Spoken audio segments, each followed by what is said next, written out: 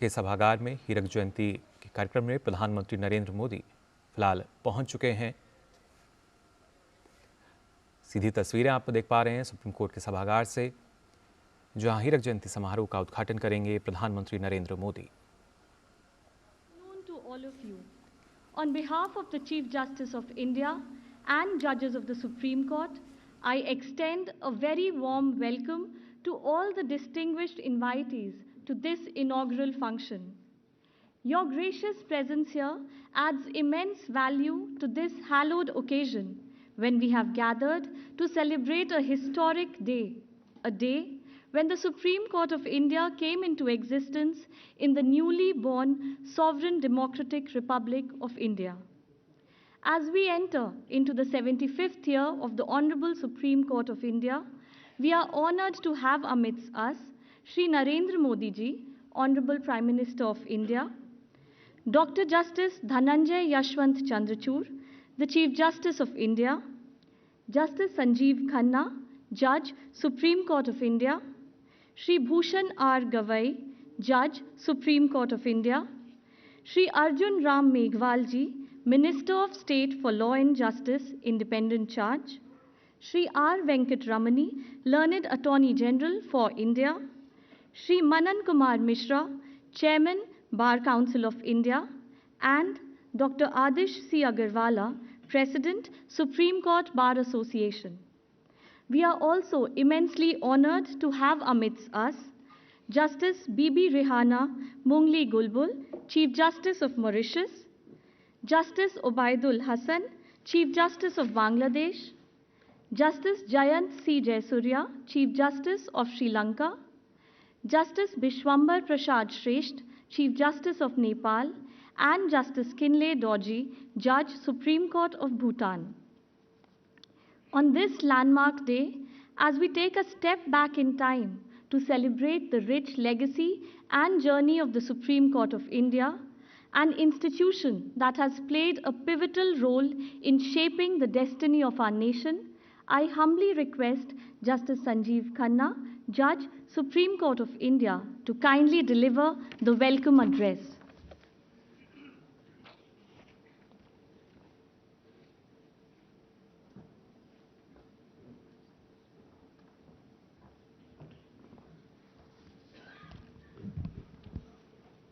Respected Shri Narendra Modi ji, the Prime Minister of India, Dr. Justice D.Y. Chandrachud, the Chief Justice of India, Mr. Justice B.R. Gavai, Judge, Supreme Court of India, Mr. Arjun Ram Meghwal, the Minister of State for Law and Justice, Mr. R. Venkat Ramani, the Attorney General of India, Mr. Manan Kumar Mishra, the Chairman, Bar Council of India, Dr. Adish C. Agarwala, President, Supreme Court Bar Association, the Chief Justices and guests from Bangladesh, Bhutan, Mauritius, Nepal, and Sri Lanka, the Chief Justices and judges of the High Court, advocates, officers, and attendees.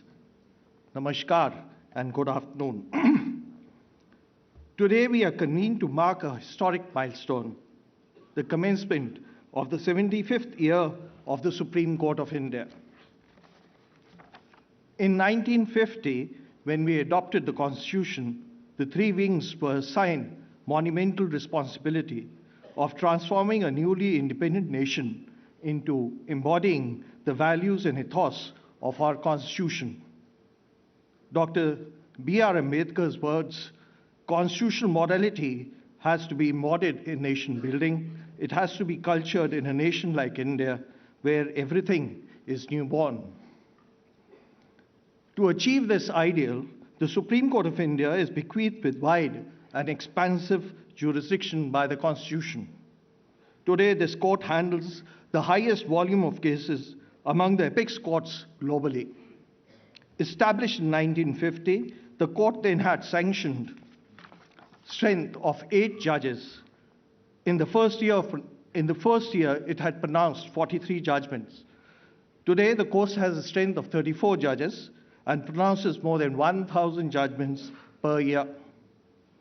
This court's rich history is replete with landmark decisions echoing the aspirations of our founders.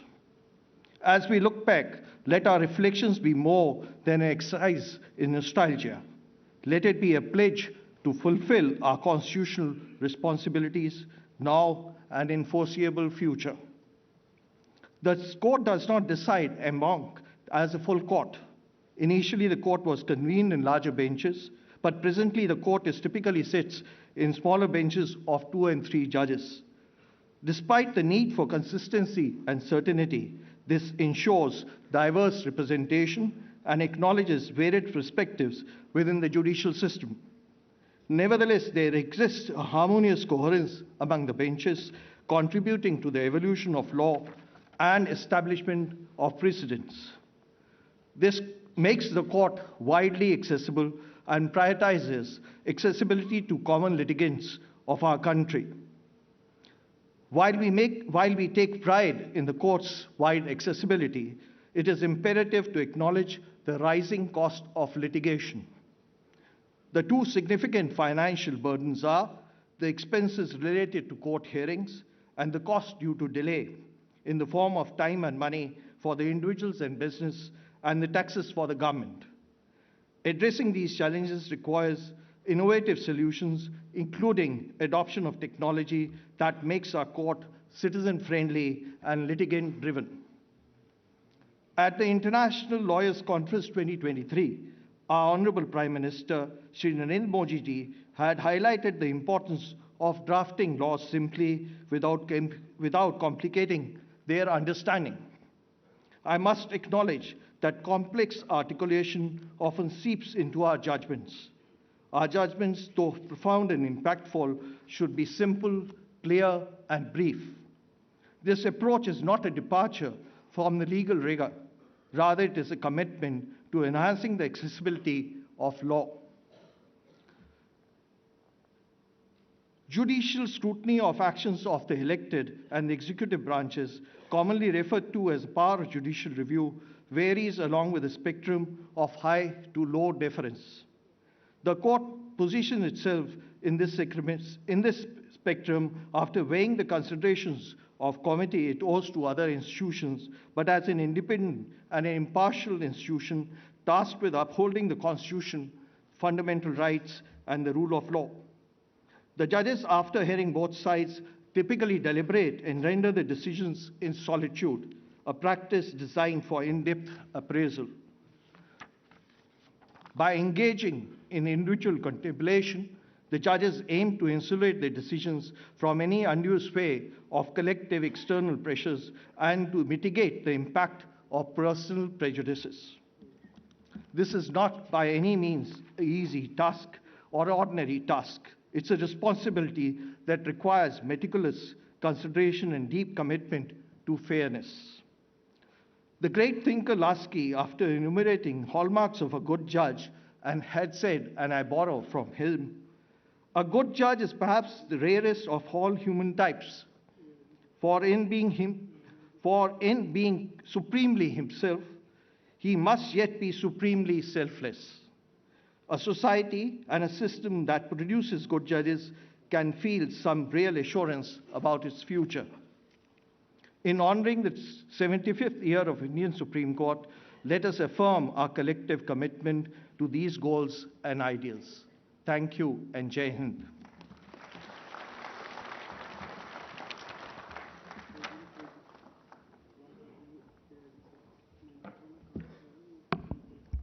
Thank you so much, sir. I would now like to request Dr. Adish C. Agarwala, President, Supreme Court Bar Association, to august the August gathering. Thank you. I welcome all esteemed dignitaries to this August gathering. I feel proud that Honorable Prime Minister Shri Narendra Modi has spared his valuable time to celebrate commencement of Diamond Jubilee year of our Supreme Court. The Supreme Court of India has made its marks for being completely independent, inclusive, diverse, and has stood firmly behind the ideals enshrined in the Constitution.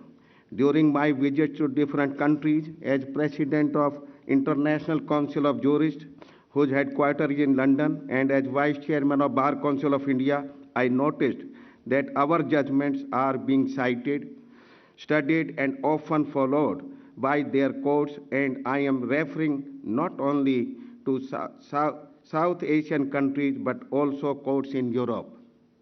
Under the leadership of our Honorable Dr. Justice D.Y. Chandrachud, recent times have seen the judiciary rise to meet different challenges with active use of technology and video conferencing. The Supreme Court has also decided important cases like Ram Janmabhoomi Babri Masjid dispute, same-sex marriage, abrogation of Article 370, and triple talaq. These decisions have enhanced the faith of the people in the Indian justice delivery system and are acclaimed throughout the world. Our judges worked hard even during COVID times when most countries and their judiciary were not functional. The system of video conferencing, introduced and promoted by Honorable Dr. Justice D.Y. Chandrachud, has been a huge success.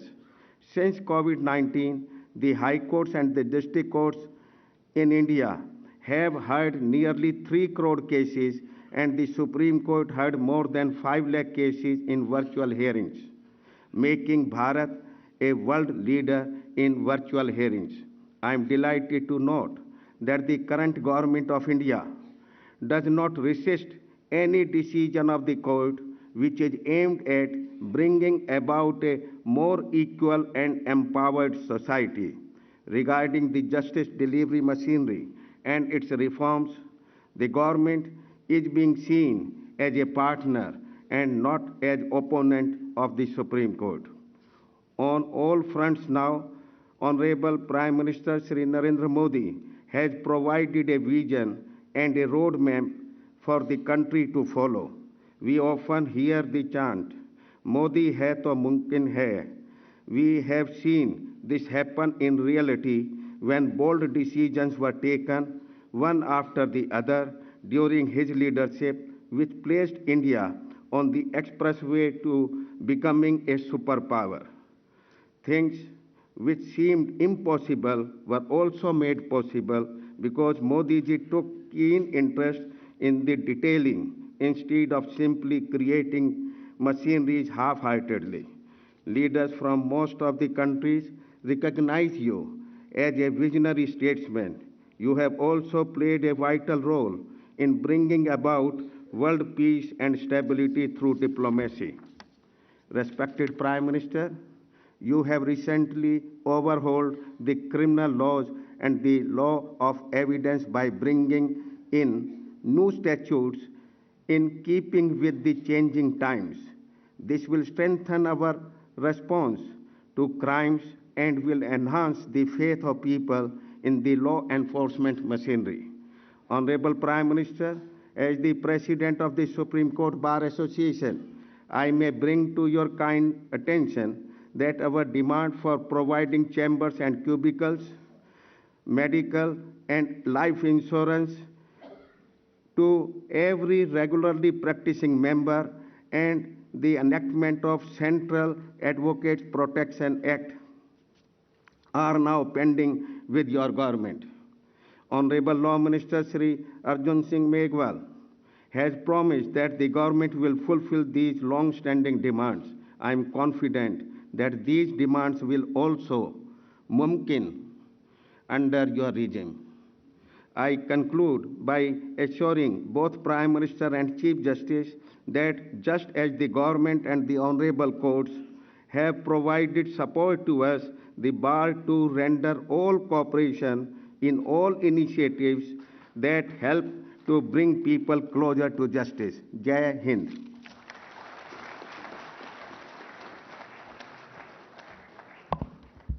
Thank you so much, sir.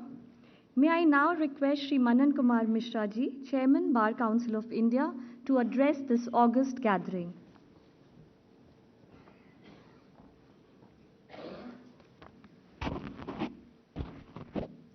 Dignitaries on the dais and off the dais, We have gathered here to celebrate the Diamond Jubilee year of our Supreme Court. On this occasion, I would first acknowledge the outstanding contributions of the former and sitting Chief Justices, judges, and stalwart lawyers who have helped the Supreme Court earn its reputation as one of the finest judicial institutions in the world.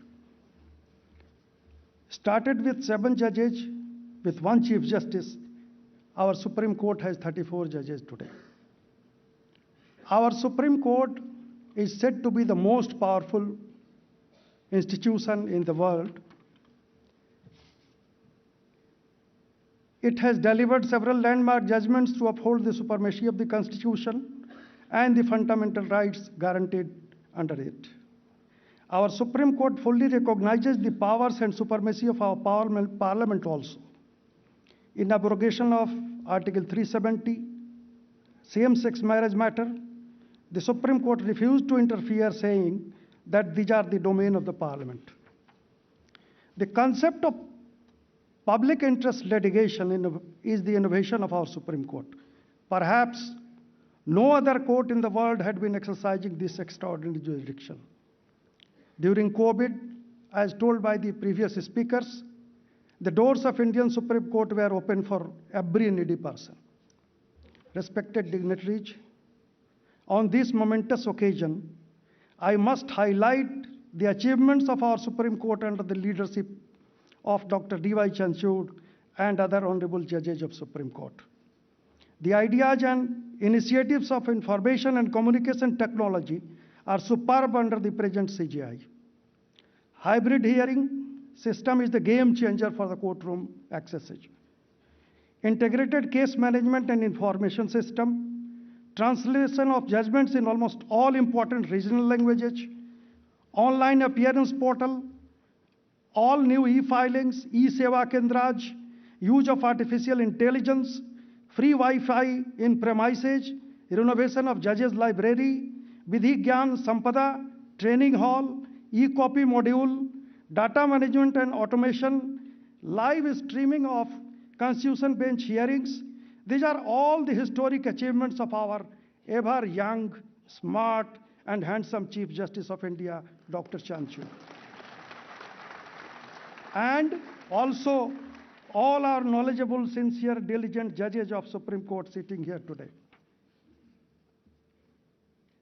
We feel proud when we see and we hear that Cambridge, Oxford jail, सब जगह हमारे चंचूड़ साहब का demand है.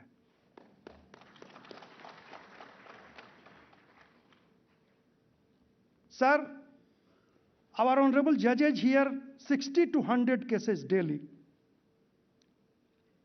And in every case, they are well prepared. I can emphatically say that no judge of the top court of any other country has the capacity or zeal to do such hard and complicated works.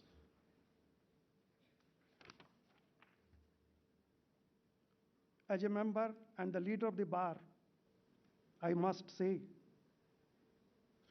to criticize any system is very easy. But one should be aware of the ground realities also.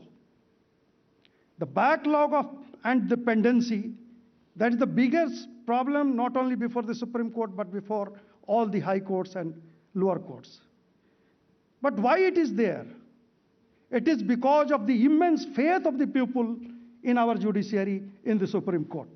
One should realize that. We need more judges at all levels. And one more thing, the leaders of the bar are here, the Supreme Court leaders are here. Rosters, what matters should be listed before whom, is not the job of the bar. It is for the Honorable Chief Justice and the Honorable Judges to decide. We are to protect the rights, privileges, and interests of the lawyers, but at the same time, we have some limitations also. We should always keep it in mind. Now, something about our Honorable Chief Guest, Honorable the Prime Minister of India, who is sitting here on the dais. Ram Lala's case, A decree was passed in the year 2019. It was affirmed by the Supreme Court, but it was not so easy to get it executed. You all know the region and the situations existing at that time. Sir, it required a very strong willpower, confidence, dynamism, and expertise political skill, along with 56 inch ka seena to get it done. Otherwise, the judgment and decree would have been proved futile. On 26th of January, I was in Patna. A few of my school friends, they came to me.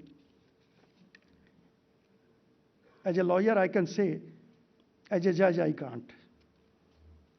What will happen to Lok Sabha elections, sir? आप तो chairman हो बार Council of India के, आप हर जगह घूमते रहते हो, अभी 24 में क्या होगा? उसी में से एक ने जवाब दिया, अरे होगा क्या, इससे बढ़िया क्या होगा, जो हो रहा है वही होगा. Why? There is no unemployment, almost nil. गरीब कल्याण रोजगार अभियान आ गया. Daughters are no more liabilities. Beti Padhao Beti Bachao. One said that my 2 daughters are IT engineers.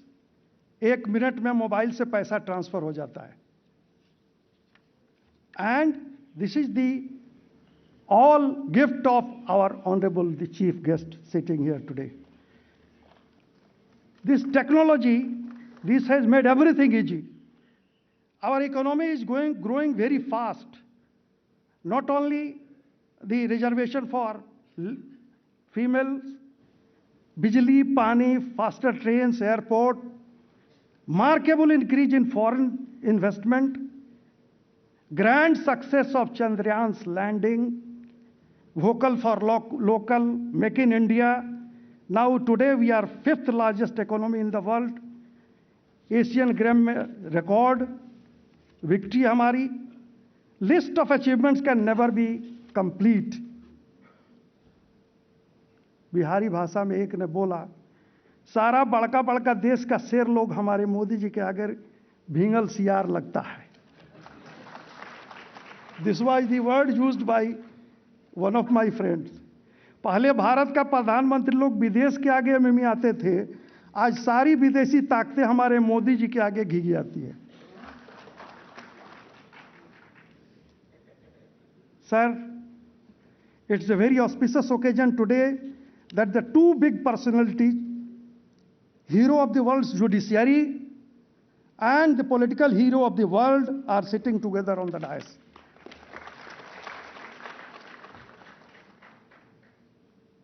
$500 वर्षों तक झेल रहे करोड़ों भारतीयों को मानसिक पीड़ा से उबारकर हमारे रामलला को पुनः भव्य राजमहल सा मंदिर बनवाकर देश में राम राज्य की पुनर्स्थापना करने वाले युग पुरुष, विश्व के सबसे लोकप्रिय, प्रभावशाली और शक्तिशाली राजनेता, विश्व भर में भारत का मान सम्मान और शान बढ़ाने वाले ऐतिहासिक प्रधानमंत्री माननीय नरेंद्र मोदी जी को देश के 25 लाख वकीलों और 140 करोड़ जनता का कोटिशः प्रणाम और नमस्कार, आभार. सर, आप स्वस्थ रहें, दीर्घायु हों. भगवान आपके नेतृत्व का लाभ इस देश को प्रदान कराते रहें. आने वाले समय में आपका नेतृत्व, हमारा भारत और शक्तिमान बने आपके नेतृत्व में, यही कामना है. जय Bharat.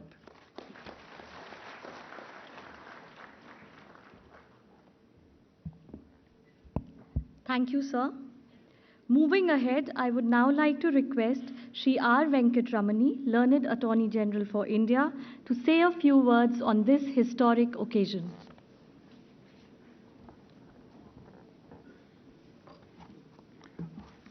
Honorable the Prime Minister of India, Honorable the Chief Justice, my respectful regards to the galaxy of gathering here today. My heart jumps with joy on being part of this occasion. And it's a moment of great pride and pleasure to be part of an event celebrating 75 years of the Supreme Court of India. On the Republic Day, we saw the demonstration of the commitment of the nation to women's empowerment.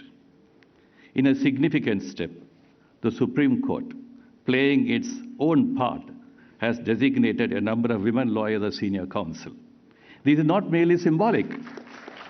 Steps such as this in the nation, in the legal profession, and in the court shows momentous transition into the world of equality. Constitutional values and ideas emerge from social and political mobilizations.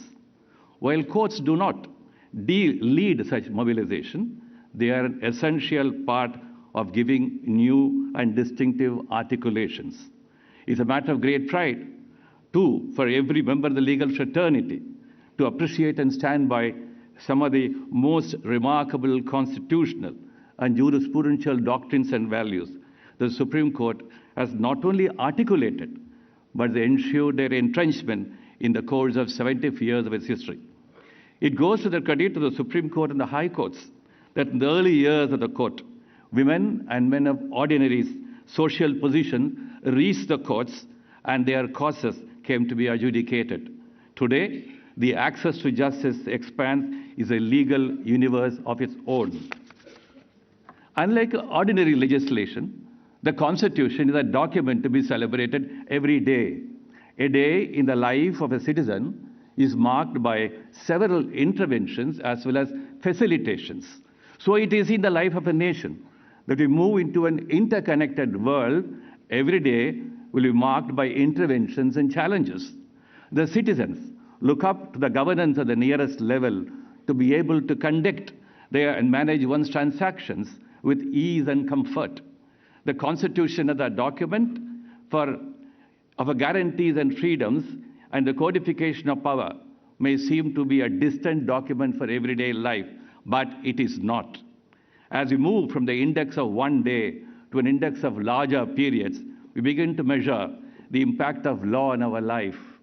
This is where the chronicles of the life of a nation and what we call progress in the arrangement of the affairs of the nation becomes important. Compared to the long history of more than 200 years of the United States of America, with the birth of its Constitution in 1789, and compared to the constitutional history of England from the days of Magna Carta, or even compared to the constitutional history of some of the European nations, 75 years of our constitutional history may seem to be relatively small. But if one looks at what one may describe as the features of the Constitution and their impact on the lives of the people, we can say without being contradicted that 75 years of Indian constitutional history is as good as and as sound as comparable to any constitutional history. When we are assembled to talk about 75 years of the Constitution, we are talking about the transformation of the Constitution to the judicial process, and particularly to the Supreme Court. It's not possible to talk about the transformation in the Constitution without talking about the court. For constitutional scholars who talk in terms of constitutionalism, constitutional history is confined to or drawn in terms of performance by and functioning by institutions of governance. And there's also a shaping of the Constitution by judicial institutions. While this may be, to some extent, good focus, an equally important facet is the abiding faith of the people and the people's participation in the democratic process, and the pledge they have extended to the idea of a nation, its integrity, and their nexus and deliverance for the lives of the people. The Constitution, therefore, works when there is a confluence of citizens and the institutions, and when they stand together and the one does not fail the other. The endurance of the Constitution is the most important feature of the Constitution. The endurance is a contribution of the legislatures and the governance institution and the judicial institutions. This contribution to the dynamic balance, political morality and governance accountability, about which Babasaheb Ambedkar ever emphasized in his writings, are twin driving forces that can keep democracy vibrant and alive. So also the unfettered roles of the courts in ever being ready to explore the contours of citizens' rights and governance obligations, without, of course, sitting heavily on governance responsibility and governance initiatives. What governance does by right choices generates faith in democracy. What courts do by ensuring against wrongs of governments generates confidence in the Constitution. 75 years of history of the Supreme Court is a rich treasure house of law and jurisprudence. The contribution of the Supreme Court can be said to be unique in the sense that it has comprehended the diverse roles of the courts, but all tuned to standing by the sides of citizens in ever being vigilant in their protection and promotion. While we have borrowed from elsewhere, we have our own demonstrations of native genius. The permeation of the native jurisprudential genius as part of rule of law in the country has to be measured on its own forms as a post-colonial narrative.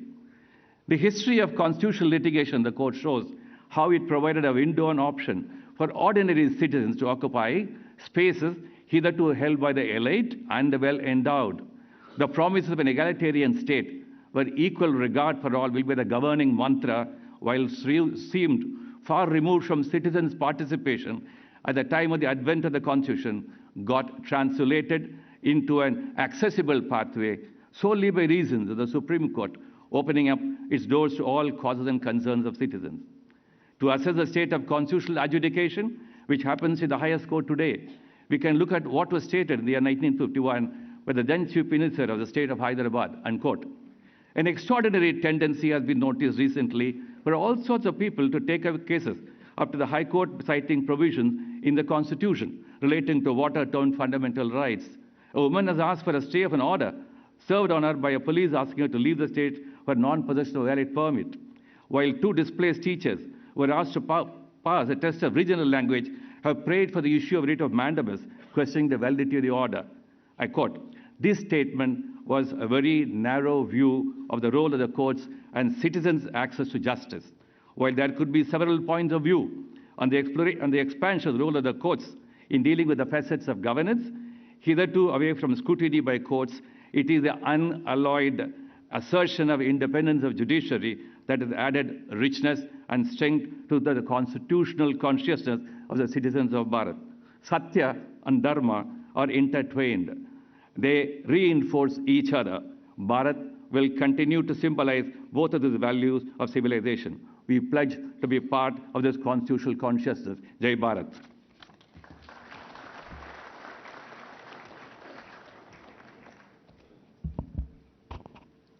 Thank you so much, sir, for this insightful address, where your reflections on the Supreme Court's role and contributions were so beautifully woven together. अब मैं विधि एवं न्याय मंत्री श्री अर्जुन राम मेघवाल जी से विनम्रतापूर्वक आग्रह करती हूं कि वो इस सभागार में उपस्थित सभी श्रोतागण को संबोधित करें।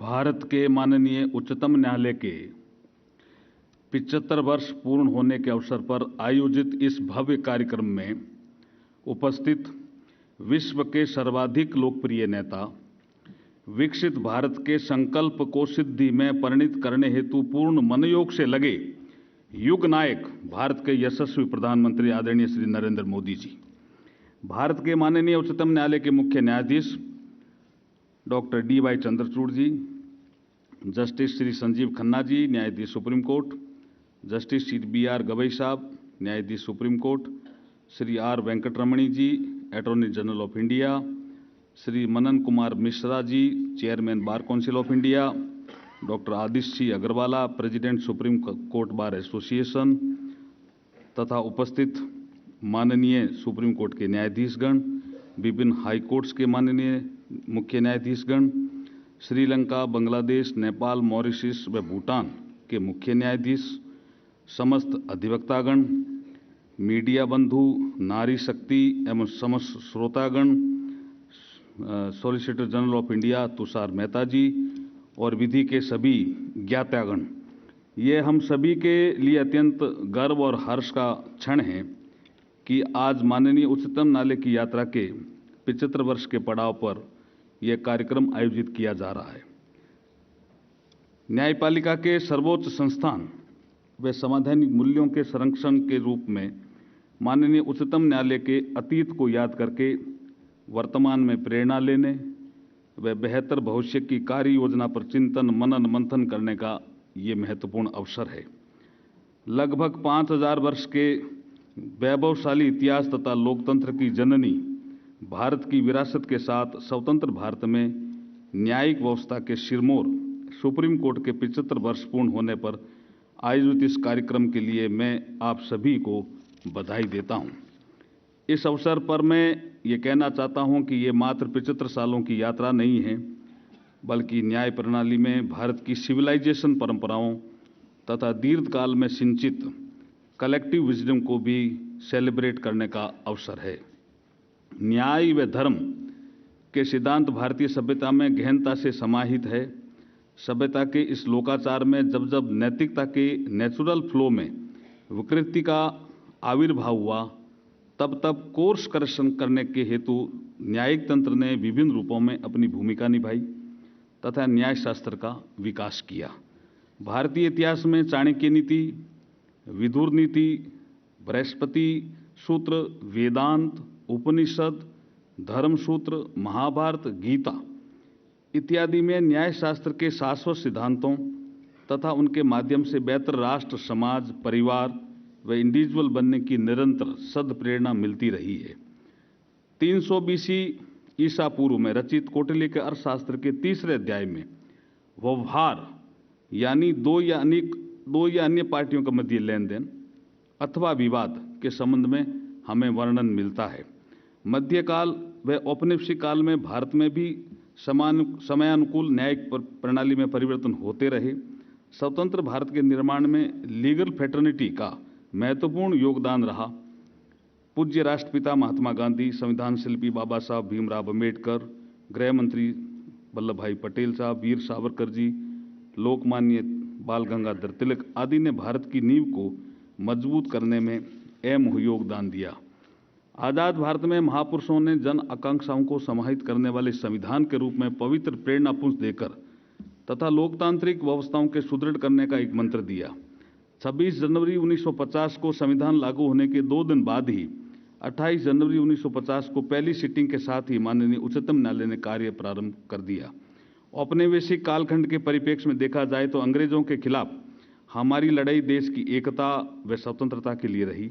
अंग्रेजों की फूट डालो और राज करो नीति के चलते हुए बंटवारे के कारण हमें एकता को पार्शियली कंप्रोमाइज करना पड़ा, लेकिन स्वतंत्रता को बरकरार रखने में राष्ट्र ने बिल्कुल भी समझौता नहीं किया। भारतीय संविधान की छत्रछाया में स्वतंत्रता के इन्हीं मानकों को प्रगाढ़ करने की दिशा में माननीय उच्चतम न्यायालय ने महत्वपूर्ण भूमिका निभाई है। सुप्रीम कोर्ट में समय समय पर अपने निर्णयों से संवैधानिक मूल्यों को प्रगाढ़ किया है। इस यात्रा के दौरान सुप्रीम कोर्ट ने अनेक उल्लेखनीय माइलस्टोन क्रॉस किए हैं, जिनमें कुछ को मैं संक्षिप्त जिक्र करना चाहूँगा। केशवानंद भारती केस में सुप्रीम कोर्ट ने बेसिक स्ट्रक्चर के डॉक्ट्रिन के सिद्धांत की व्याख्या की। 1980 के दशक में जस्टिस PN भगवती और जस्टिस VR कृष्ण अय्यर की अगुवाई में एक पोस्ट कार्ड को जनहित याचिका का रूप माना गया। MC मेहता केस के परिणाम स्वरूप पर्यावरण संरक्षण अधिनियम 1986 के निर्माण को प्रेरित किया। इंदिरा साहनी केस में OBC के 27% आरक्षण को संवैधानिक ठहराया। विशाखा केस में women safety at work place को महत्वपूर्ण आधारशिला रखी गई। 9 नवंबर 2019 को अयोध्या के राम मंदिर जजमेंट को भारत की ट्रस्ट विद डिविनिटी की यात्रा में मील के पत्थर के रूप में हमेशा याद किया जाएगा। 75 वर्ष पहले 8 न्यायाधीशों से शुरू हुई इस यात्रा में अब न्यायाधीशों की संख्या बढ़कर 34 हो गई है। अक्टूबर 1989 में जस्टिस फातिमा बीबी ने पहली महिला जज के रूप में पदभार ग्रहण किया। आज नारी शक्ति हर क्षेत्र में अपना प्रभावशाली योगदान देकर देश का नाम रोशन कर रही है। ये अत्यंत हर्ष का विषय है कि इसी श्रृंखला में उच्चतम न्यायालय में भी वर्तमान में 3 महिला जज अपनी सेवाएं दे रही है। आज इस देश में अमृतकाल में वर्ष 2047 तक विकसित भारत बनने का संकल्प ले चुका है। तब प्रधानमंत्री श्री नरेंद्र मोदी जी के नेतृत्व में होल ऑफ गवर्नमेंट अप्रोच से न्यायपालिका के साथ सहयोगात्मक रूप से बेहतर जस्टिस इकोसिस्टम बनाने हेतु हम प्रतिबद्ध है। ये हम सभी के लिए गर्व की बात है कि पिछले एक दशक में ईज ऑफ लिविंग के साथ साथ ईज ऑफ जस्टिस को बढ़ावा देकर एक citizen centric technology driven modern legal system को बनाने की दिशा ठोस आधार के साथ प्रभावशाली प्रगति की है। जुडिशरी में डिजिटल इंफ्रास्ट्रक्चर को बढ़ाने के लिए सरकार मिशन मोड में काम कर रही है। इसी का परिणाम है कि भारत वीडियो कॉन्फ्रेंसिंग व वर्चुअल सुनवाई के माध्यम से डिजिटली जुडिशियल प्रोसीडिंग करने में ग्लोबल लीडर के रूप में उभरा है। वीडियो कॉन्फ्रेंसिंग के माध्यम से कुल 2.92 करोड़ वर्चुअल सुनवाई हुई। इनमें से 4,82,941 सुनवाई माननीय उच्चतम न्यायालय द्वारा की गई। यह एक रिकॉर्ड है। अभी हाल में स्वीकृत ई कोर्ट फेज 3 के तहत डिजिटल पेपरलेस व स्मार्ट कोर्स स्थापित करके तथा यूनिफाइड टेक्नोलॉजी प्लेटफॉर्म के माध्यम से कोर्ट, लिटिगेंट्स व अन्य स्टेक होल्डर को जोड़कर नागरिकों व अदालतों को करीब लाने का सार्थक प्रयास किया गया है। जुडिशियल इंफ्रास्ट्रक्चर को बढ़ावा देने की दिशा में भी सरकार द्वारा central sponsored scheme for judicial infrastructure for district and subordinate court क्रियान्वित की जा रही है। इसके माध्यम से कोर्ट हॉल भी बने हैं, जुडिशियल ऑफिसर के लिए रेजिडेंशियल यूनिट भी बनी है और ई कोर्ट प्रोजेक्ट के अंतर्गत लॉन्च किए गए नेशनल जुडिशियल डेटा ग्रिड आज 34.35 करोड़ केस व 23.80 करोड़ ऑर्डर जजमेंट की जानकारी सिंगल क्लिक पर उपलब्ध करवा रहा है। अंतिम छोर पर गरीब नागरिकों को लीगल सर्विस उपलब्ध कराने हेतु कानूनी साक्षरता व जागरूकता कार्यक्रमों हेतु सेंट्रल स्कीम दिशा को भी हम संचालित कर रहे हैं, जिसके अंतर्गत टेली लॉ प्रोग्राम के द्वारा 67 लाख से अधिक नागरिकों को प्री लिटिगेशन एडवाइस दी जा चुकी है।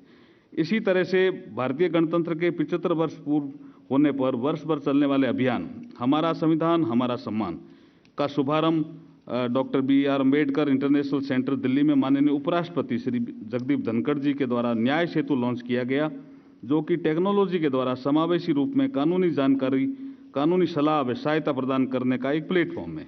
न्याय तक पहुंच सुनिश्चित करने के लिए लैंग्वेज बैरियर नहीं बने, इसके लिए artificial intelligence based Bhashini tools के साथ साझेदारी की गई है।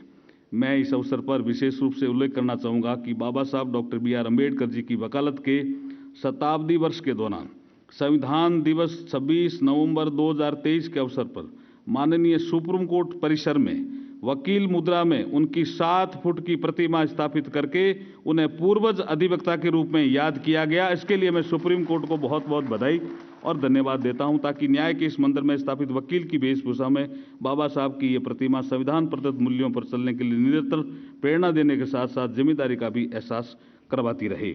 आज 21वीं सदी के कालखंड में वैश्विक समस्याओं के समाधान हेतु पूरा विश्व भारत की ओर देख रहा है, भारत में अपना मित्र खोज रहा है। सुप्रीम कोर्ट के नेतृत्व में भारतीय न्यायिक प्रणाली की इस यात्रा में देश ही नहीं बल्कि अंतर्राष्ट्रीय स्तर पर प्रभावशाली मानक स्थापित कर रहा है।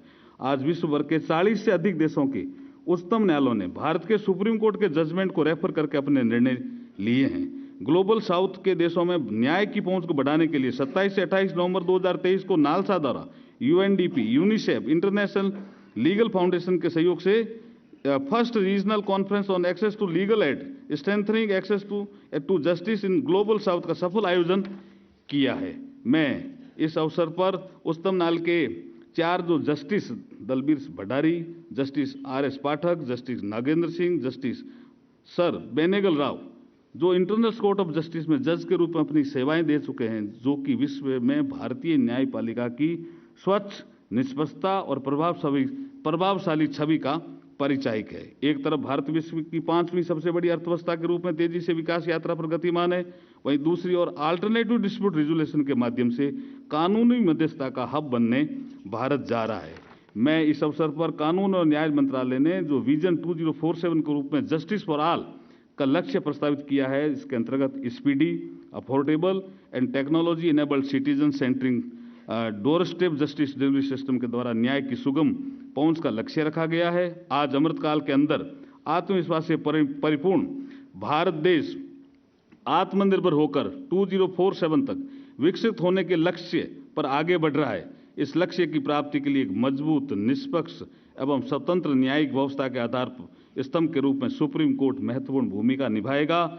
न्याय का मंदिर बना रहे सर्वोच्च न्यायालय हमारा, न्याय का मंदिर बना रहे सर्वोच्च न्यायालय हमारा, संविधान का रक्षक बना रहे सर्वोच्च न्यायालय हमारा।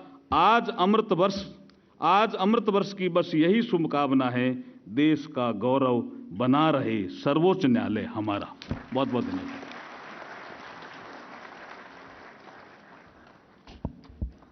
Dhanyavad Mananiya Mantri ji. May I now request the Chief Justice of India, Justice D.Y. Chandrachud, to please share his thoughts with us on this momentous occasion.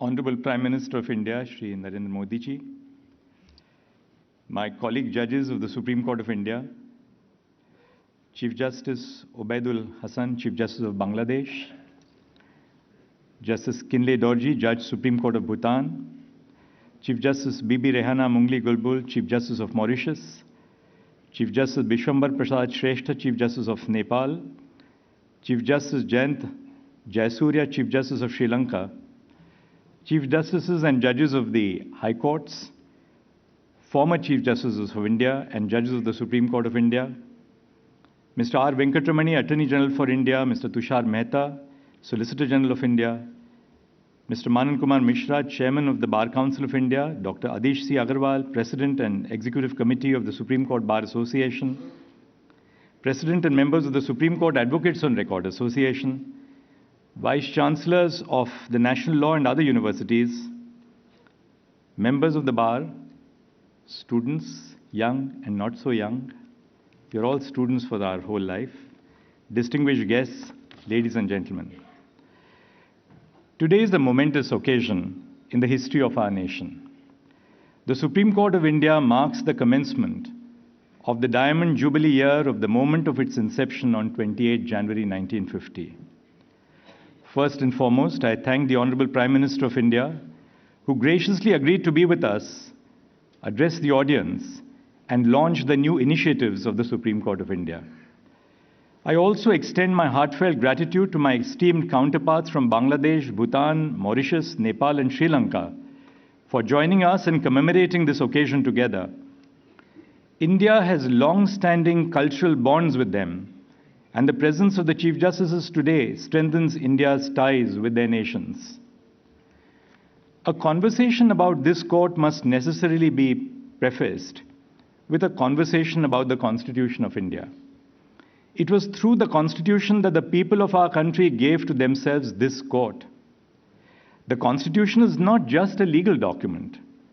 Its soul lies in the feeling which it engenders, a feeling of mutual respect towards fellow citizens, a feeling of responsibility in the institutions which it creates. The constitutional ideals permeate the fabric of our nation, guiding the actions and interactions of both the governed and those who govern them. The Supreme Court was established with a sense of idealism, that laws would be interpreted by a constitutional court in accordance with the rule of law, and not by colonial values or social hierarchies. It affirmed the belief that the judiciary should serve as a bulwark against injustice, tyranny, and arbitrariness. The Supreme Court is an institution of resolution and justice. The fact that people approach it in large numbers speaks to how far we have succeeded in discharging that role. Today is not only a celebration of that one day when the Supreme Court came into being, it also is a celebration of the decades' worth of hard work by succeeding generations of judges and lawyers that went into making this a people's court. In celebrating the history of this day, we must look back and look forward in equal measure. Since the founding of the court, our actions have been guided by Mahatma Gandhi's profound words. Recall the face of the poorest and weakest man whom you have seen, and ask yourself if the step you contemplate is going to be of any use to him.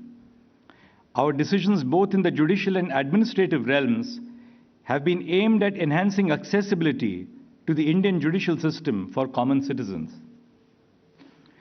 Through its judgments, the Supreme Court has enhanced the rights of citizens by diluting the standards of local standi and by recognizing a new set of rights under Article 21 of the Constitution, such as the right to a speedy trial. On the administrative side, the Supreme Court has been identifying and eliminating as many barriers to justice, unequal access to legal resources, unfamiliarity of the English language, issues of physical accessibility of courts in order to create procedural fairness. The e-courts project of the Supreme Court of India attempts to enhance accessibility and transparency of the justice delivery system. At the heart of these initiatives is the desire to transform the judicial system into a technology-enabled, efficient, accessible, and environmental-friendly institution. Let me briefly summarize the achievements of the court in simplifying its process. E-filing of cases. The front desk experience of approaching courts has changed completely. As opposed to lawyers lugging trolley carts of papers, we now have the facility of filing cases at the click of a button. An upgraded version of the Supreme Court's e-filing platform was launched in May 2023. It offers a host of improved features that have made 24/7 filing of cases simpler, faster, and convenient. Nearly 128,000 e-filings have been done so far, with a consistent rise in the share of e-filings compared to physical filings. E-filings are available in 25 states. They have recorded over 29 lakh cases which have been e-filed. With the immense support of the bar and the bench, we were able to swiftly shift to virtual hearings during COVID-19. Even after the pandemic, hybrid hearings continue to be a feature of our courts. That is, any Indian lawyer sitting in any part of the country or the world can argue before this court through video conferencing. This has democratized access to the Supreme Court. It has opened the space for those who are unable to approach the Supreme Court due to physical distance or want of resources. Even yesterday, one of my colleagues joined the bench through video conferencing for a special hearing on a Saturday. Till now, we have dealt with over 5 lakh cases through hybrid hearings. The live proceedings of the Supreme Court Constitutional Bench hearings are popular and speak to the genuine curiosity that people have towards our courts and procedures. Focus on scanning and digitization. The Supreme Court of India today operates in a near complete paperless mode, with almost all benches using digitized paper books. Judges are provided with scanned, bookmarked, and digitally signed case records, which they access, read, annotate, and preserve for their reference at their residences and in courtrooms. More than 13 lakh legacy and live case records, with approximately 10 crore pages, have been digitized. Futuristic courts. The Supreme Court has enabled futuristic court technology in 3 courtrooms, and soon other courtrooms shall be equipped with such technology. This technology facilitates paperless proceedings, a comprehensive digital library for the bench and the advocates, state-of-the-art video conferencing, large video walls, smart monitors, and document visualizers, all of which redefine the courtroom experience. Office automation. Adoption of e-office has enabled the officers of the Supreme Court Registry to perform their routine works in a paperless mode. 36 branches of the Supreme Court's registry have been onboarded on e-office, and more than 4,000 office files have been processed online so far. Suswagatam. Launch of the Suswagatam portal has enabled visitors to generate entry passes online in a paperless mode. A total of 123,000 entry passes have been generated so far using Suswagatam. We are also transcribing oral arguments in matters before constitution benches, which can be accessed on the Supreme Court website. The Supreme Court has entered into an MOU with IIT Madras to explore areas that can be completely automated and to leverage technology and artificial intelligence for enhancing process efficiency.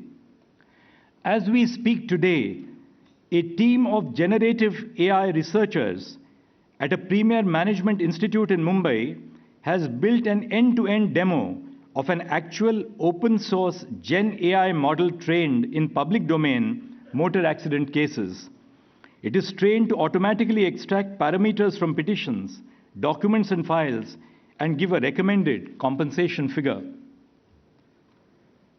Together, e-filing, digitization, paperless courts, and e-office constitute the golden quadrangle of transformation within whose enabling perimeter the Supreme Court of India is set to uplift the experience of everyone who is either a part of the judicial system or who comes into contact with it.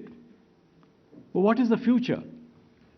The Supreme Court is soon going to migrate its digital data to a safe, secure, and sovereign cloud-based infrastructure.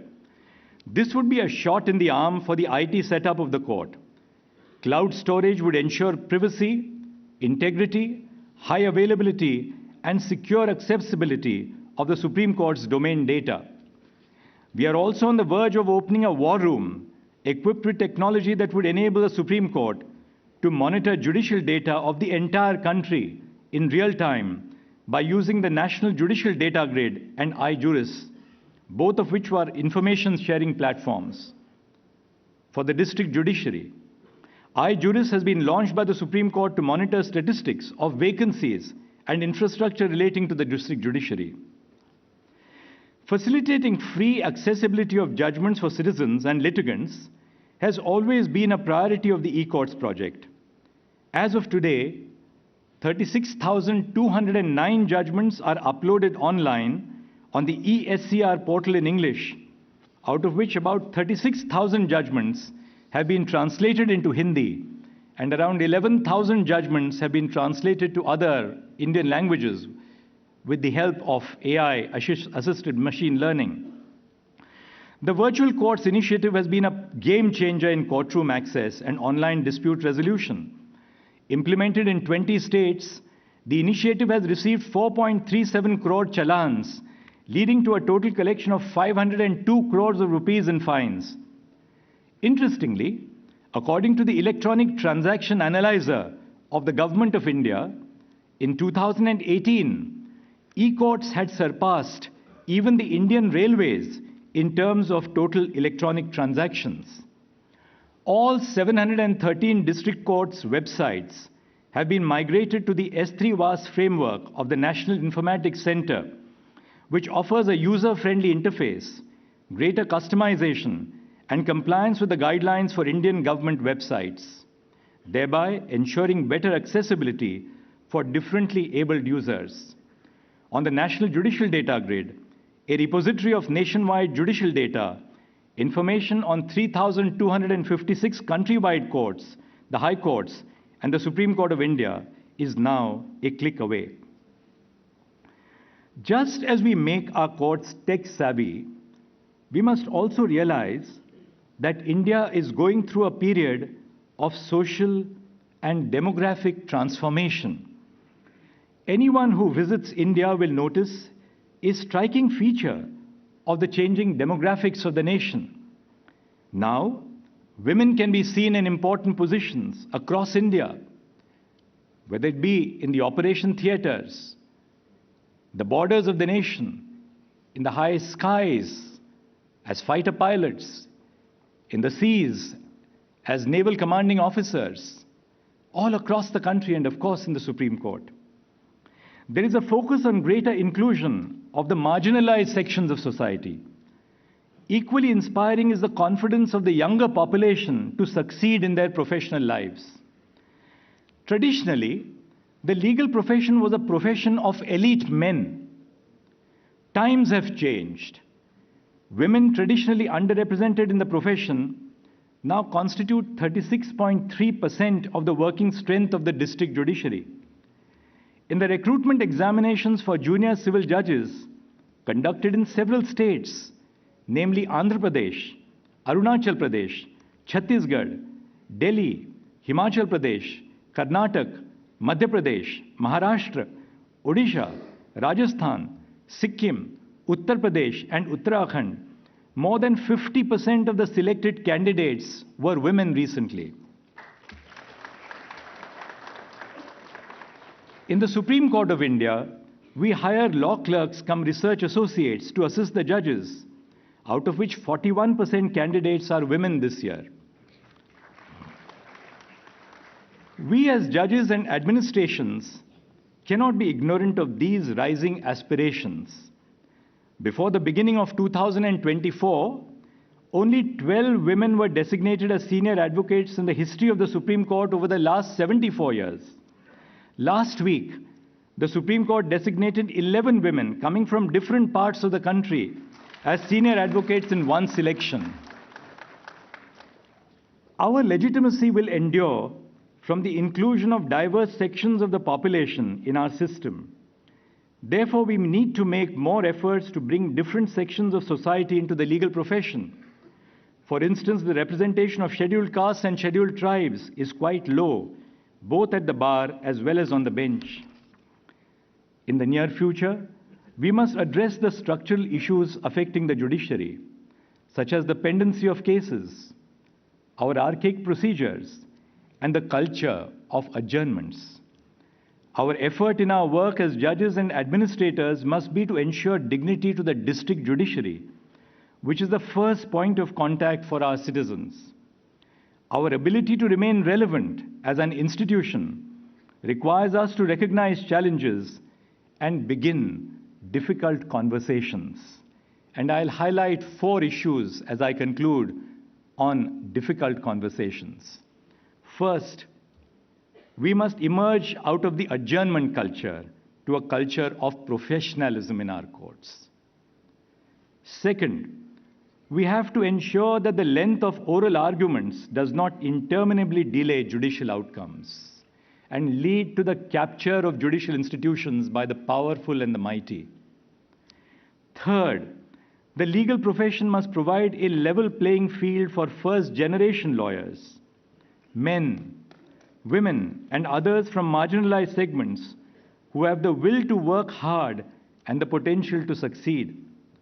And fourth, let us begin the conversation on long vacations and decide, of course in consultation with the bar, whether alternatives such as flexi time for lawyers and judges is possible. The 75th year since the founding provides an opportunity to meet these challenges and step into the future with an honest assessment of our progress. We must reflect on the journey that we have traversed and renew our pledge to uphold the Constitution within and beyond our courtrooms. Our mission to make the judiciary accessible to all would be incomplete without the support of our high courts. I thank the judges and the staff of all the high courts, as indeed I thank my own colleagues and staff in the Supreme Court in facilitating our initiatives which are being launched today. Thank you. Namaskar.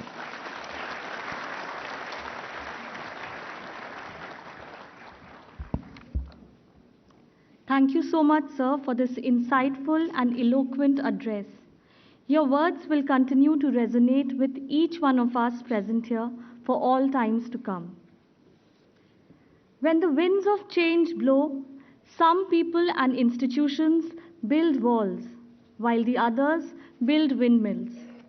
Taking note of the winds of technological progress and change blowing across the world, the judges and the administration of the Honorable Supreme Court of India decided to embrace and harness the transformative power of technology to enhance accessibility, efficiency, and transparency within the judicial system. As the Supreme Court of India enters a brave new world of technological advancement, it continues to make incredible strides in its institutional journey. Today, we shall witness the launch of 3 citizen-centric e-initiatives of the Supreme Court of India, such as the Digital Supreme Court Reports, DigiSCR, the Digital Courts 2.0, and the new website of the Supreme Court of India. अब मैं माननीय प्रधानमंत्री जी से निवेदन करती हूँ कि वो अपने समक्ष रखे हुए रिमोट का बटन दबाकर इन इनिशिएटिव्स का औपचारिक रूप से लोकार्पण करें।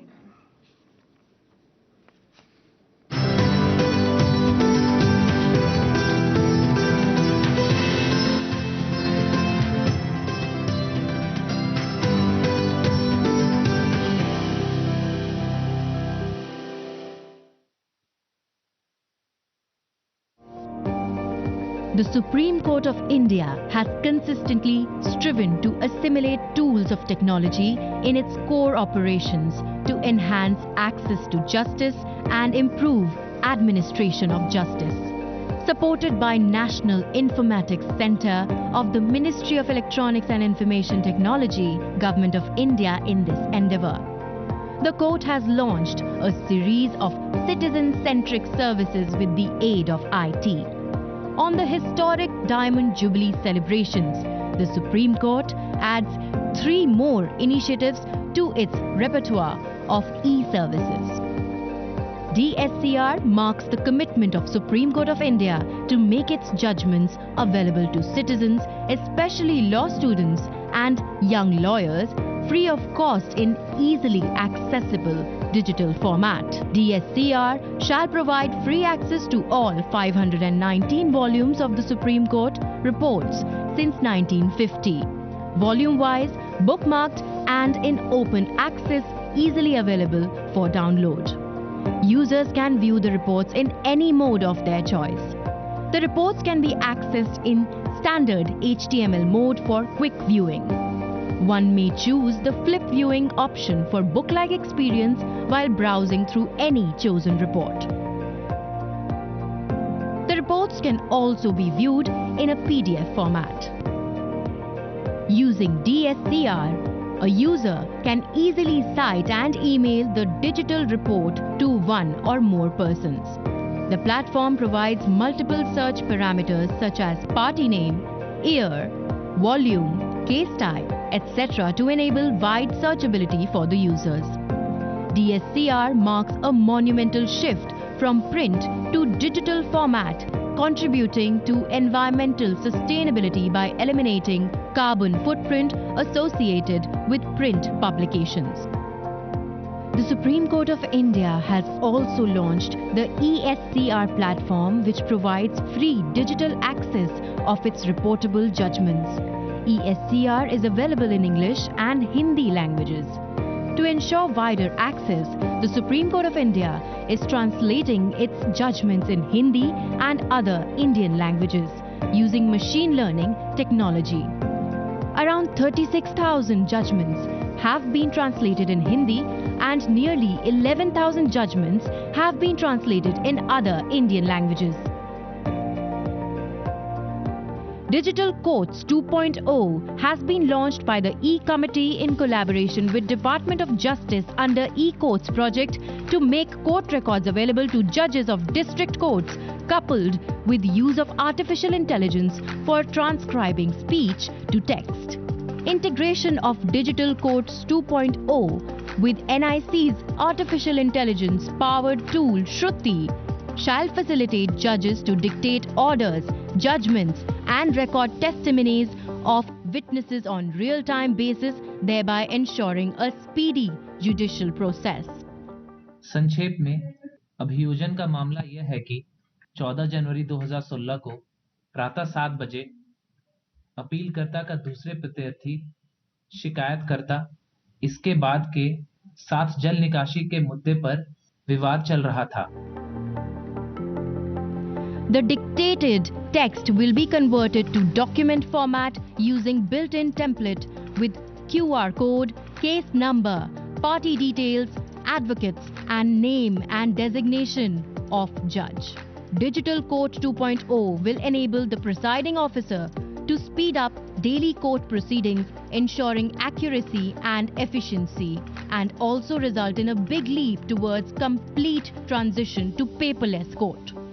Presently, Shruti provides automatic speech recognition for 7 languages, namely English, Hindi, Marathi, Tamil, Telugu, Kannada and Bangla.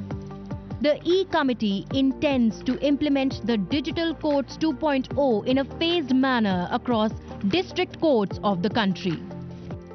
Marking another milestone in transparency and accessibility, the Supreme Court of India has, in close coordination with NIC, launched its brand new revamped website offering an improved user experience for citizens through its dynamic functional design, user-friendly interface and robust content management.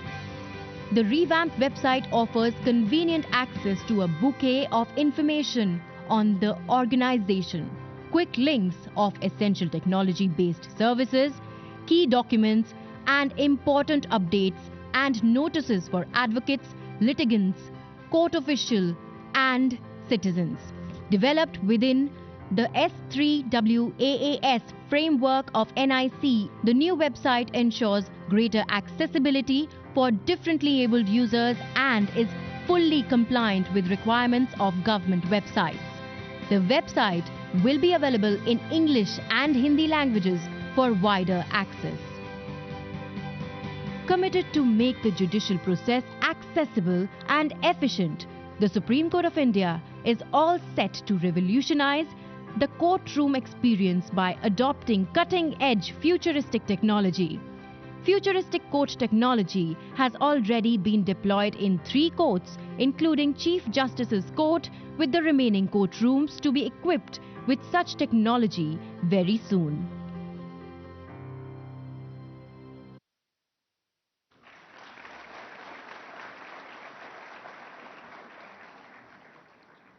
On this special occasion, may I now request the Chief Justice of India, Justice D.Y. Chandrachud, to present a memento to the Honorable Prime Minister of India.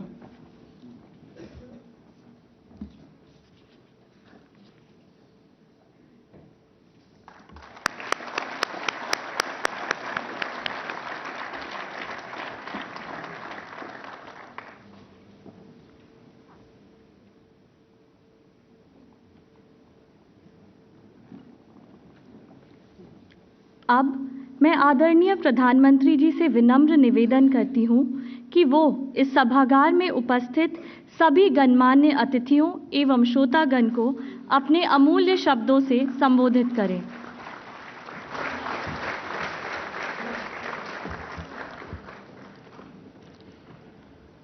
Bharat के मुख्य न्यायाधीश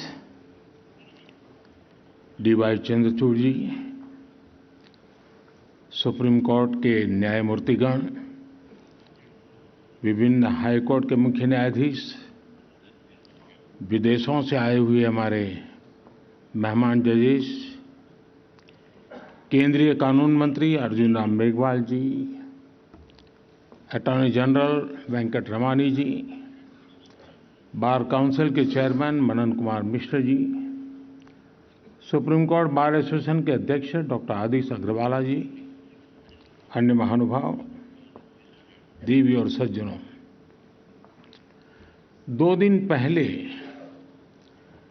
भारत के संविधान ने अपने 75 वर्ष में प्रवेश किया है। आज भारत के सुप्रीम कोर्ट के भी 75वें वर्ष का शुभारंभ हुआ है। इस ऐतिहासिक अवसर पर आप सभी के बीच आना अपने आप में सुखद है। मैं आप सभी न्यायविदों को इस अवसर पर अपनी शुभकामनाएं देता हूं। साथियों, भारत के संविधान निर्माताओं ने स्वतंत्रता, समानता और न्याय के सिद्धांत वाले स्वतंत्र भारत का सपना देखा था। भारत के सुप्रीम कोर्ट ने इन सिद्धांतों के संरक्षण का निरंतर प्रयास किया है।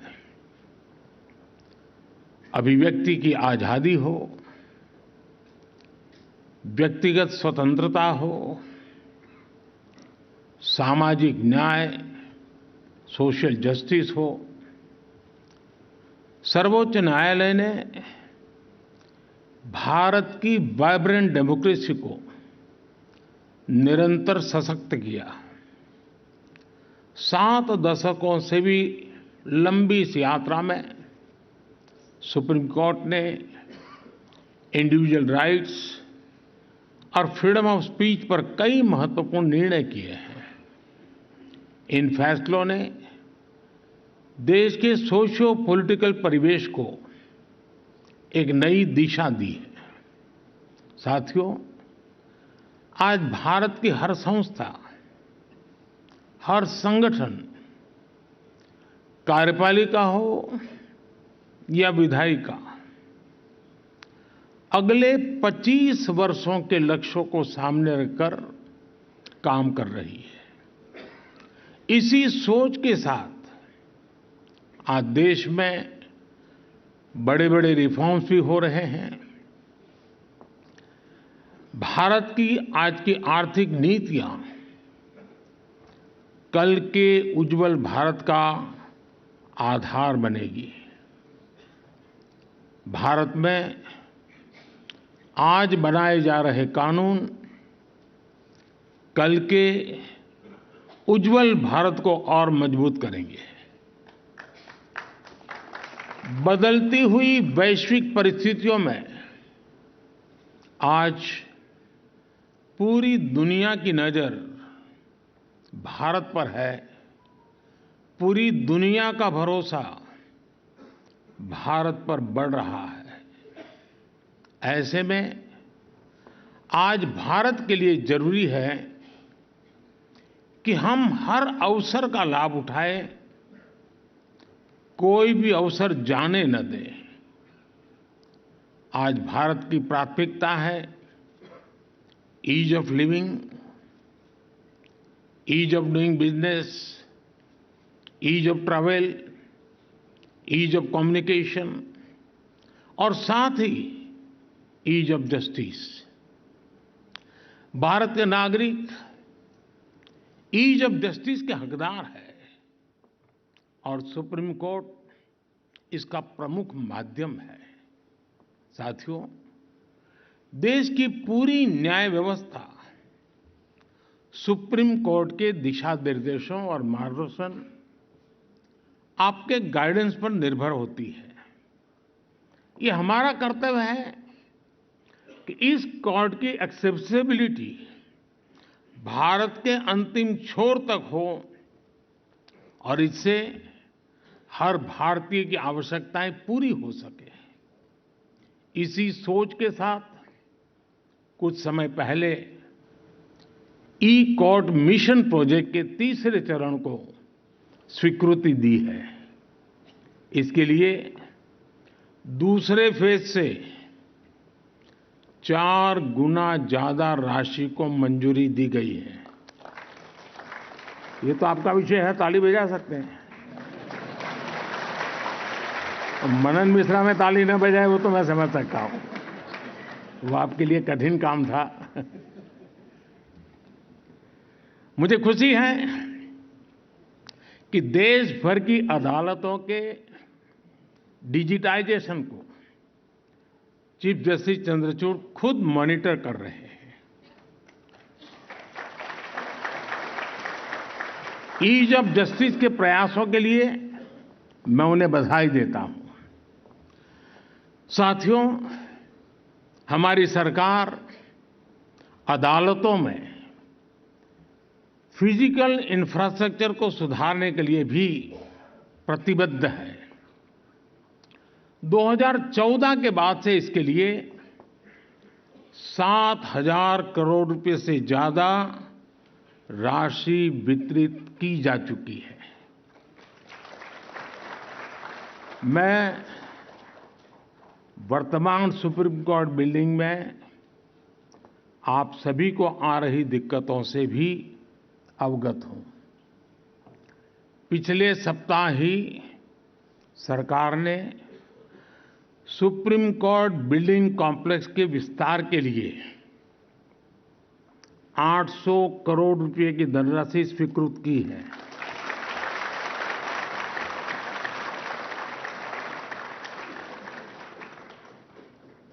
बस अब आप लोगों के पास कोई संसद भवन की तरह पिटीशन लेकर ना आ जाए कि फिजूल खर्ची हो रही है। साथियों, आज आपने मुझे सुप्रीम कोर्ट के कुछ डिजिटल इनिशिएटिव का शुभारंभ करने का भी मौका दिया है। डिजिटल सुप्रीम कोर्ट रिपोर्ट्स की मदद से सर्वोच्च न्यायालय के निर्णय अब डिजिटल फॉर्मेट में भी मिल सकेंगे। मुझे देखकर अच्छा लगा कि सुप्रीम कोर्ट के फैसलों को स्थानीय भाषाओं में ट्रांसलेट कराने की व्यवस्था भी शुरू कर दी गई है। मुझे उम्मीद है कि देश की अन्य अदालतों में भी जल्द ऐसी व्यवस्था हो सकेगी। साथियों, आज टेक्नोलॉजी कैसे ईज ऑफ जस्टिस में मददगार साबित हो सकती है, इसका एक कार्यक्रम अपने आप में एक उदाहरण है। मेरा ये संबोधन अभी एआई की मदद से इसी वक्त इंग्लिश में ट्रांसलेट हो रहा है और आप में से कुछ लोग भाषिणी ऐप के माध्यम से उसे सुन भी रहे हैं। कुछ शुरुआती दिक्कतें हो सकती है, लेकिन टेक्नोलॉजी कितना बड़ा कमाल कर सकती है ये इससे पता चलता है। हमारी अदालतों में भी इसी तरह की टेक्नोलॉजी का उपयोग करके सामान्य नागरिकों का जीवन आसान बनाया जा सकता है। आपको याद होगा, मैंने कुछ समय पहले कानूनों को सरल भाषा में लिखे जाने की बात कही थी। मैं समझता हूं कि अदालत के निर्णयों का आसान भाषा में लिखे जाने से आम लोगों को और मदद मिलेगी। साथियों, अमृतकाल के हमारे कानूनों में भारतीयता और आधुनिकता की समान भावना दिखनी भी उतनी आवश्यक है। वर्तमान की परिस्थितियां और बेस्ट प्रैक्टिसेस के अनुरूप सरकार भी कानूनों को मॉडर्नाइज करने पर काम कर रही है। पुराने कॉलोनियल क्रिमिनल लॉज को खत्म करके सरकार ने भारतीय नागरिक सुरक्षा संहिता, भारतीय न्याय संहिता और भारतीय साक्ष्य अधिनियम की व्यवस्था शुरू की है। इन बदलावों के कारण हमारे लीगल, पॉलिसिंग और इन्वेस्टिगेटिव सिस्टम ने नए दौर में प्रवेश किया है। एक बहुत बड़ा परिवर्तन है।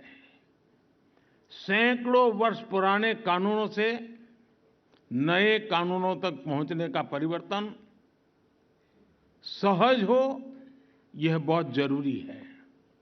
इसके लिए पहले ही सरकारी कर्मचारियों की ट्रेनिंग और कैपेसिटी बिल्डिंग का काम भी शुरू कर दिया गया है। मैं सुप्रीम कोर्ट से आग्रह करूंगा कि वो भी सभी स्टेक होल्डर्स की ऐसी कैपेसिटी बिल्डिंग के लिए भी आगे आएं। साथियों, एक सशक्त न्याय व्यवस्था विकसित भारत का प्रमुख आधार है। सरकार भी लगातार एक विश्वस्त व्यवस्था बनाने के लिए अनेक निर्णय कर रही है। जन विश्वास बिल इसी दिशा में उठाया गया कदम है। इससे आने वाले समय में न्याय व्यवस्था पर बेवजह पड़ने वाला बोझ कम होगा। इससे पेंडिंग केसेस की संख्या भी घटेगी। आप जानते हैं कि सरकार द्वारा अल्टरनेटिव डिस्प्यूट रिजोल्यूशन के लिए लॉ ऑफ मीडिएशन की व्यवस्था भी की गई है। इससे भी हमारी न्यायपालिका, विशेष रूप से सब ऑर्डिनेट जुडिशरी पर पड़ने वाला बोझ कम हो रहा है। साथियों, सभी के प्रयास से ही भारत 2047 तक विकसित भारत के लक्ष्य को प्राप्त कर पाएगा। और इसमें निश्चित तौर पर सुप्रीम कोर्ट के अगले 25 वर्षों की भी बड़ी सकारात्मक भूमिका है। एक बार फिर आप सबने यहां मुझे निमंत्रित किया। आप सबके ध्यान में शायद एक बात आई होगी, लेकिन ये फोरम ऐसा है कि मुझे लगता है कि उसका जिक्र करना मुझे अच्छा लगेगा। इस बार जो पद्मा अवार्ड जो दिए गए हैं, उसमें सुप्रीम कोर्ट के रिटायर्ड जज और समग्र एशिया की पहली मुस्लिम सुप्रीम कोर्ट जज, उनको इस बार फातिमा जी को हमने पद्म भूषण सम्मान दिया है और मेरे लिए ये बहुत गर्व की बात है।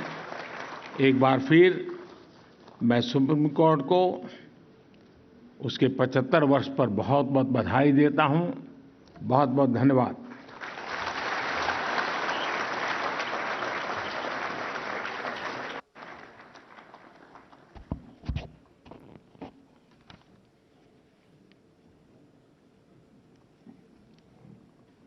आदरणीय प्रधानमंत्री जी, आपके गरिमामय उद्बोधन के लिए हम तहे दिल से आपको आभार व्यक्त करते हैं। Finally, I request Justice B.R. Gavai, Judge, Supreme Court of India, to kindly deliver the vote of thanks.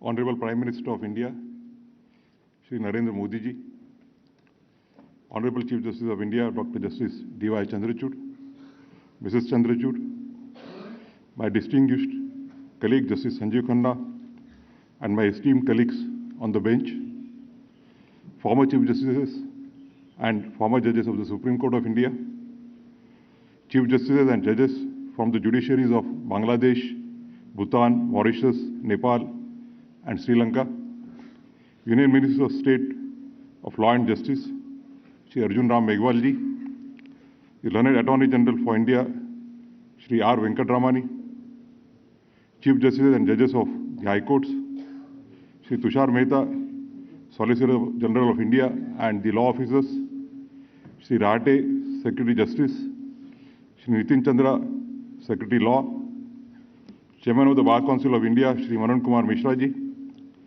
President of the Supreme Court Bar Association, Dr. Adish Agarwala, and all the office bearers, Shri Manoj Mishra, the President, and other office bearers of SCORA, members of the Bar, Registry, and citizens of India who have joined us virtually. I am honored to propose a vote of thanks in an event which marks the beginning of the 75th year of the Supreme Court of India. This institution was envisaged with tremendous expectations as India shifted from a colonial system to a constitutional system. The framers of the Constitution considered the right to approach the Supreme Court to seek remedies against violation of rights so important that they incorporated it in the Fundamental Rights chapter itself. The constitution of the Supreme Court symbolizes the balance of justice which the framers intended to create. That is an institution that will act as a shield for the citizens against the excesses of power. The preamble of the Indian Constitution reflects the ideals of justice, liberty, equality, and fraternity, emphasizing the commitment to securing justice for all citizens. The Supreme Court, as the apex judicial authority, plays a central role in ensuring the realization of these ideals. Referring to Article 32 of the Indian Constitution, which provides for citizens to approach the Supreme Court, Dr. B.R. Ambedkar, the chief architect of the Indian Constitution, once said, and I quote, "If I was asked to name any particular article in this Constitution as the most important, an article without which this Constitution would be a nullity, I could not refer to any other article except Article 32. It is the very soul of the Constitution and the very heart of it," unquote. Over the last 74 years, the Supreme Court has indeed acted as the heart and soul of the Constitution. Through its judgments, the court has safeguarded the rights of citizens on numerous occasions. Today's event provides expression to the commitment which the judges have carried in the last 74 years. Today, we have also launched a few new initiatives. This shows the continuing dedication of the court to make its process accessible and feasible for the common citizen. The Constitution also emphasizes on social and economic justice in addition to political justice, as Dr. Ambedkar has stated in his last address to the Constituent Assembly on 25th of November 1949.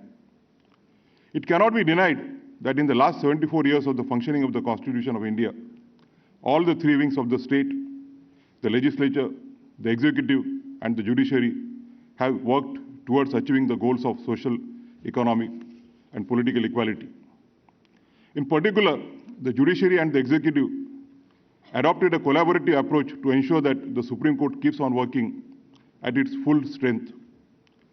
The judiciary, the parliament, and the executive have been emphasizing on the need for diversity and representation of various sections of society in the judiciary. We have been making active effort to ensure this, and our effort shall continue. Since the Honorable Chief Justice of the High Courts are present here, I would earnestly request them to keep this in mind while making recommendations of elevations for the various High Courts.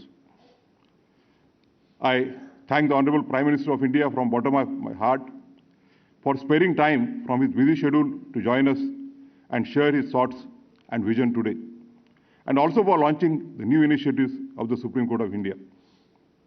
I extend my thanks to the Chief Justice of India, who as the head of the family of Indian judiciary, took a lead in organizing today's extraordinary event. I am grateful to Honorable the Chief Justice of India for fulfilling the long-standing demand of installing the statue of Dr. B.R. Ambedkar in the premises of the Supreme Court of India, and also for giving me an opportunity to play an important role in the said project. It is only because of Dr. Ambedkar and the Constitution of India, as framed by him and his colleagues, a person like me, who began his schooling in a municipal school situated in a slum area, could reach to this position. I'll be failing in my duty if I do not place on record my deep appreciation for the efforts taken by the learned Secretary General and the team of the Supreme Court Registry involved in this project in completing the task in the shortest possible time. Thanks to my colleague Justice Sanjeev Khanna and my other colleagues from the bench for their contributions in today's event. I also thank Shri Arjun Ram Meghwal, the Union Minister of State for Law and Justice, for his continuous support in our endeavors. I also thank distinguished guests on the dais and off the dais, including Honorable Chief Justices and Justices from the neighboring countries, respected former Chief Justices of India and judges of the Supreme Court, Honorable Chief Justices and judges of the High Courts, and the members of the bar for taking out time from their schedule today.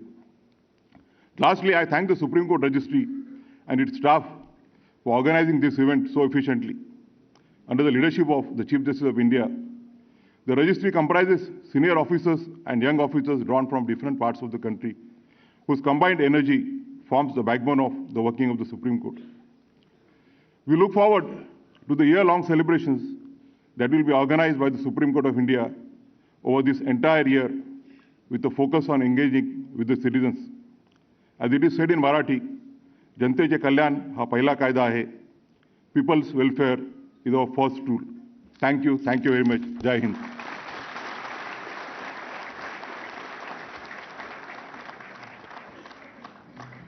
With this, we come to the end of the program. I request the august gathering here to kindly wait until the Honorable Prime Minister and other distinguished dignitaries leave the auditorium.